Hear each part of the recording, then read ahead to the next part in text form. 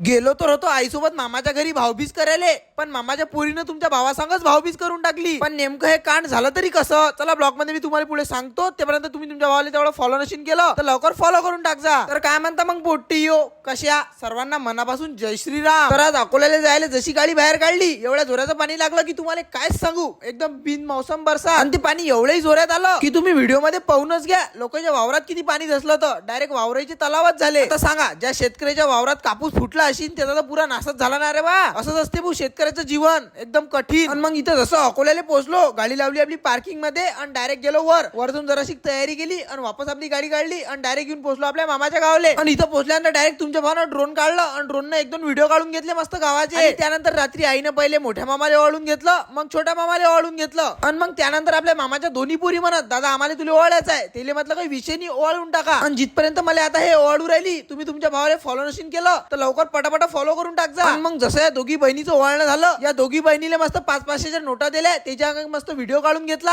आणि त्यानंतर बसलो जेवण करायला. पण पोट्टी यो, मी काय म्हणतो, आता एका महिन्यानं आपला वाढदिवस येणार आहे आणि आपल्याला आपल्या वाढदिवसापर्यंत 1,00,000 प्रेमाचे माणसं पूर्ण करायला लागतात बरं. पण आपल्या वाढदिवसापर्यंत आपले 100K फॉलोअर्स कंप्लीट होतील की नाही, हे मला एक वेळा तुम्ही कमेंट करून नक्की सांगा. तर चला मग भेटू अजून अशाच नवीन एका ब्लॉग मध्ये. तेपर्यंत जय श्रीराम.